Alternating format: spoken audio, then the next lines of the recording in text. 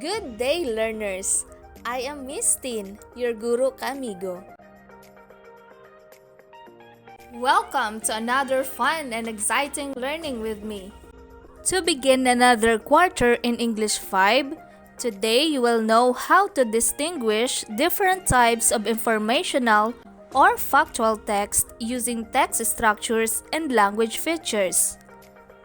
As you go on in developing your skill in distinguishing the types of informational text, you will also improve your skills in inferring the meaning of borrowed words and content-specific terms from other learning areas, using context clues and reading grade-level text with accuracy, appropriate rate, and proper expression. After going through this lesson, you are expected to distinguish text types according to purpose and features, like classification and explanation. What are texts?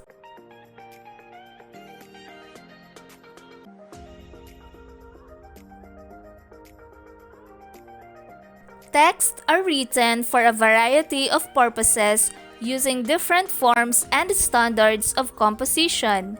These forms of writing are known as text types.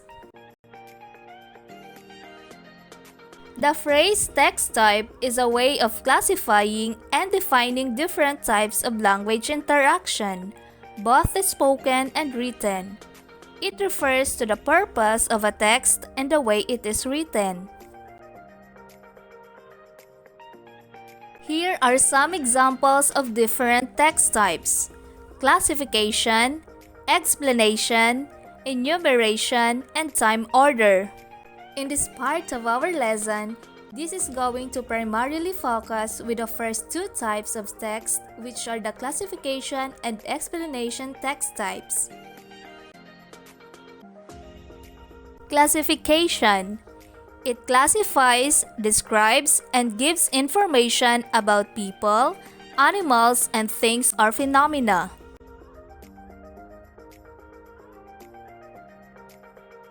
Here is an example of a classification text type.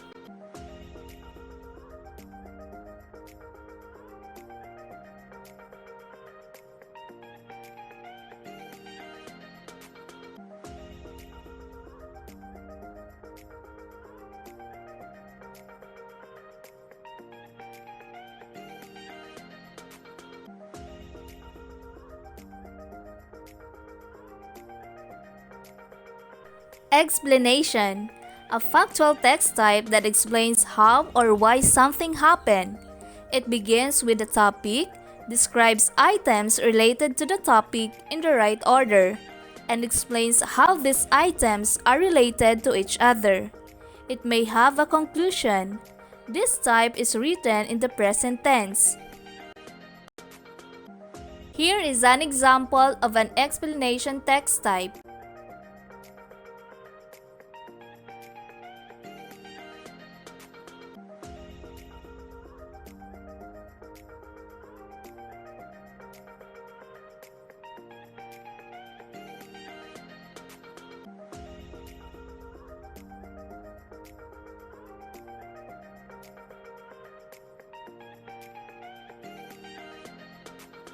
Learning Task 1.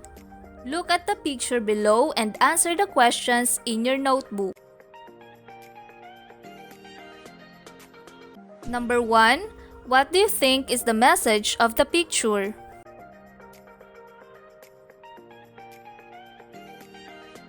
The picture tells that a child like you is not allowed to go out because of the COVID-19 pandemic, and classes were suspended as part of the measures to prevent contagion.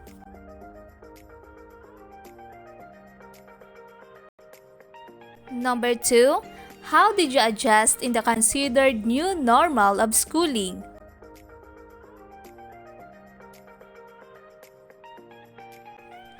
Through the help and support of my parents and teachers, I was able to adopt the new normal of schooling.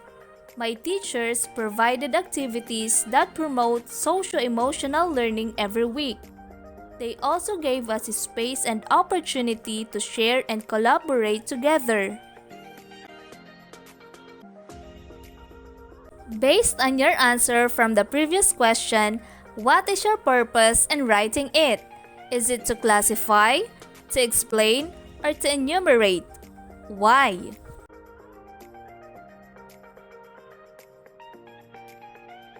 For me, the purpose of the text is to explain because the given scenario is truly happening in the whole world right now. Also, the answers from the previous questions explained how something happened. Learning Test 2. Read the text below and answer the following questions in your notebook.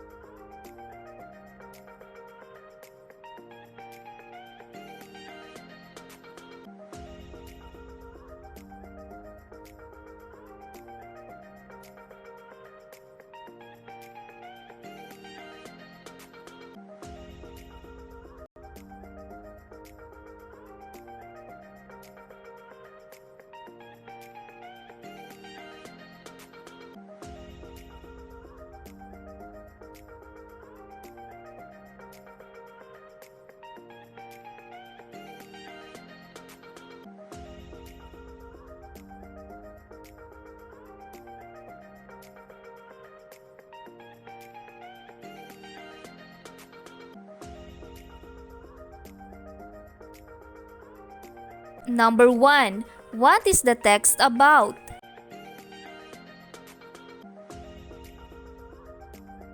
It's all about energy and nutrients.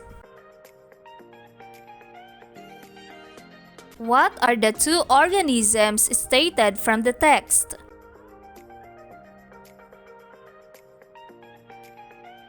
The two organisms are producers and consumers.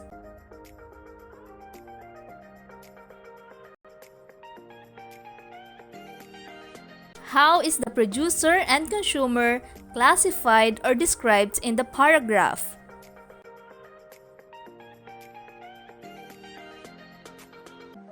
Producers provide energy and nutrients to other organisms, while consumers get their energy by feeding on plants and other organisms.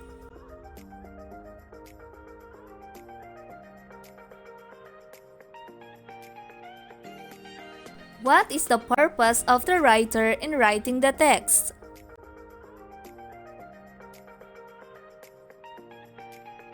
The purpose of the text is to classify and describe the two organisms.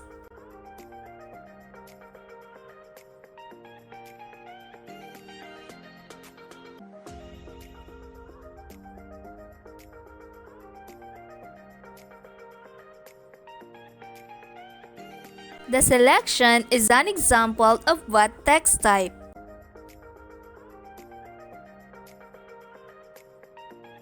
It is an example of a classification text type.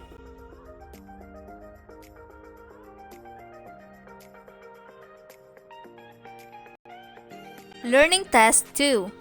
To understand the text even more, go back to the selection above and fill out the chart below. List down the characteristics of each organism in your notebook.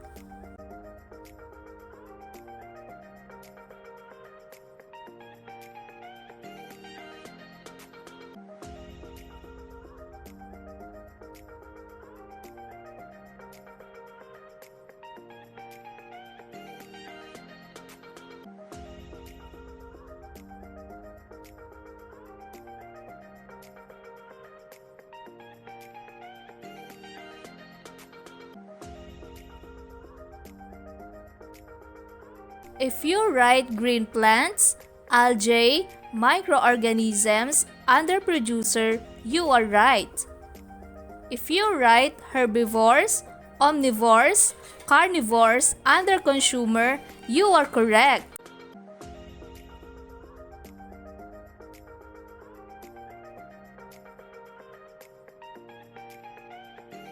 Learning Task 3. Read the text below and answer the following questions in your notebook.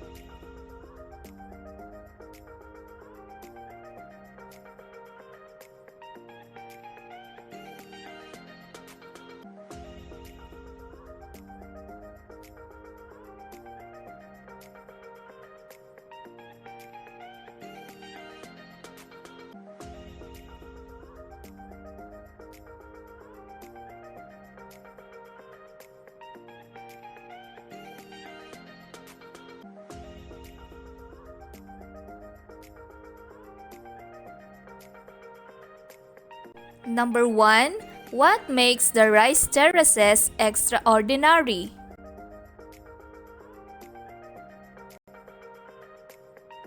It's because of a developed living cultural landscape, and it is made by hardworking Ifugaos.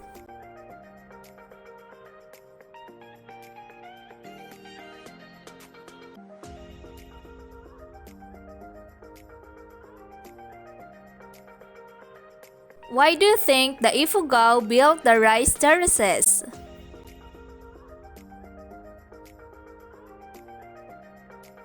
While the rice terraces were important to the Ifugao economy, they also served a cultural function, requiring intensive cooperation among the people.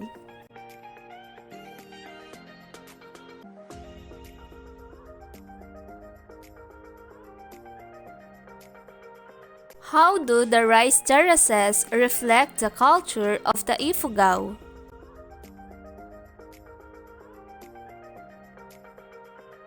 The Ifugao rice terraces are valuable contributions of our ancestors to mankind.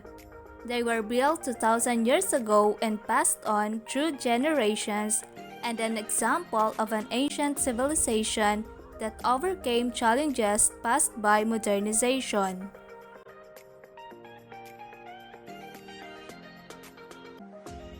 Why do you think the article is entitled Outstanding Universal Value?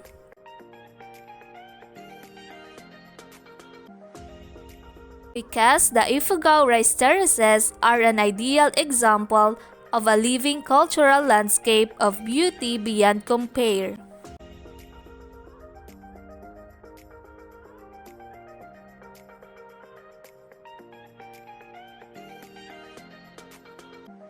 What is the purpose of the author in writing the selection?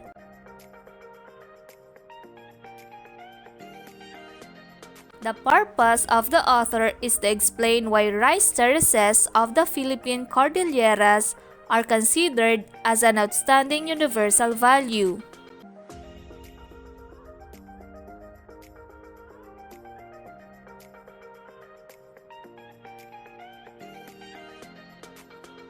Learning Task 4. Identify the dialogue of each character below, whether it is a classification text type or explanation text type.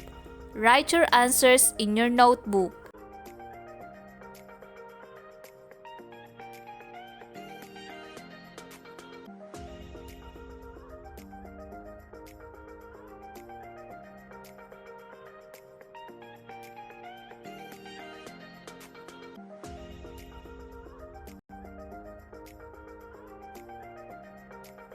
Very good. The answer is explanation.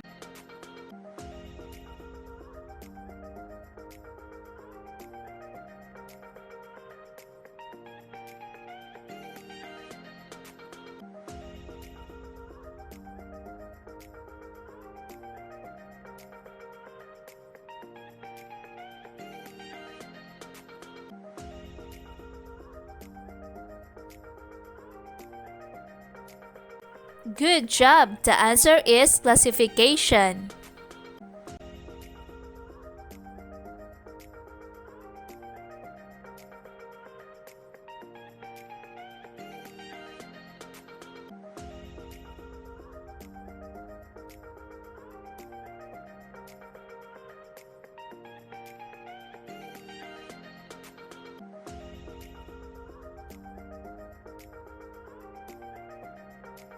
Good job! The answer is classification.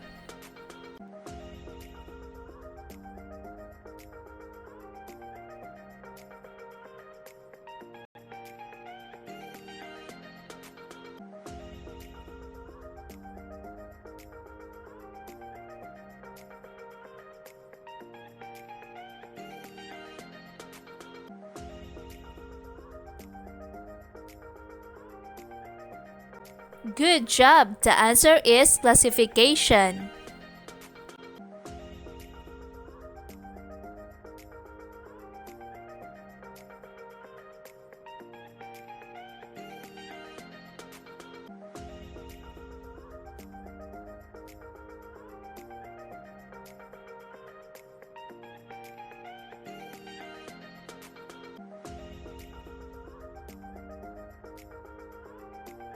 Very good. The answer is explanation.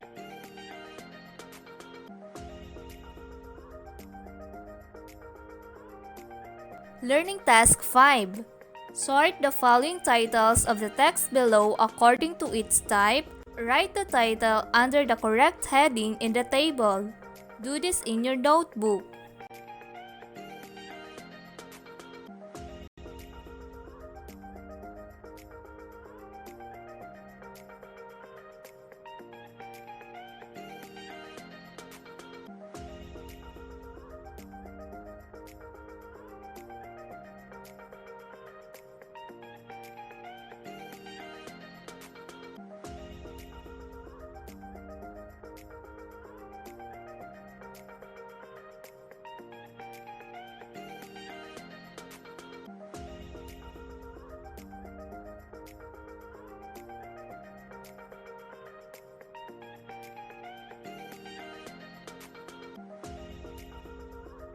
Here are the list of titles under classification text type. Types of aquatic animals, kinds of natural resources, the three aspects of verbs, and the types of vascular plants. For an explanation text type, we have letter to the principal about an accident. How did the volcano erupt? Do-it-yourself paper dolls. How to study for an exam, the life cycle of a butterfly, the causes and effects of plastic use.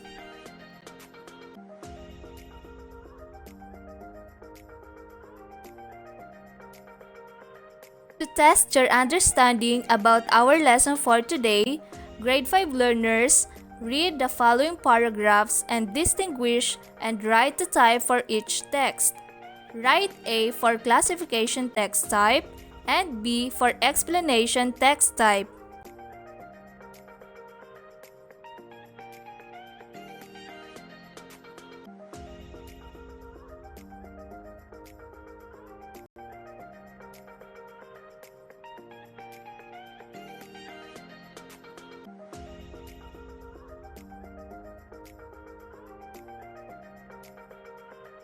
Very good. The answer is letter B, explanation text type.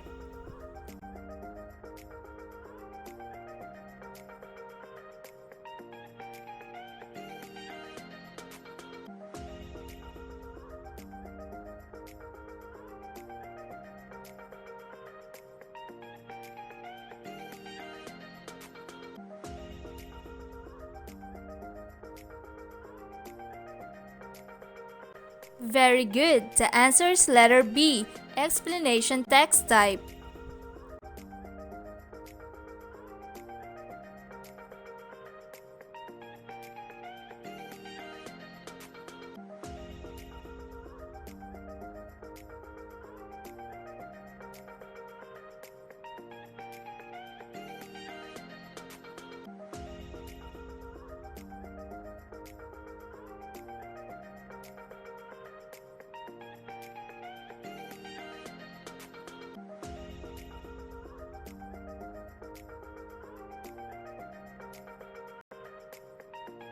Perfect! The answer is letter A, classification text type.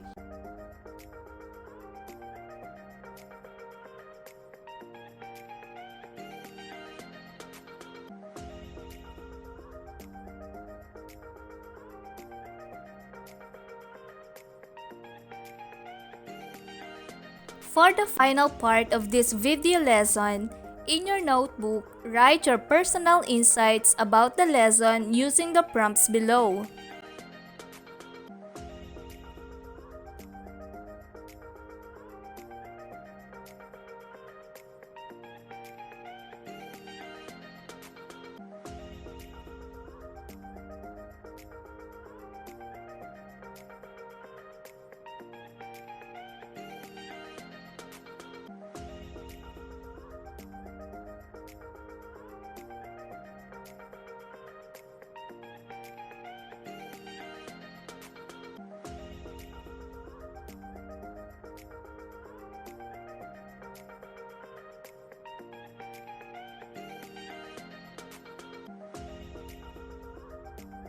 That's the end of our lesson. I hope you'd learned something new today. Till next time, bye!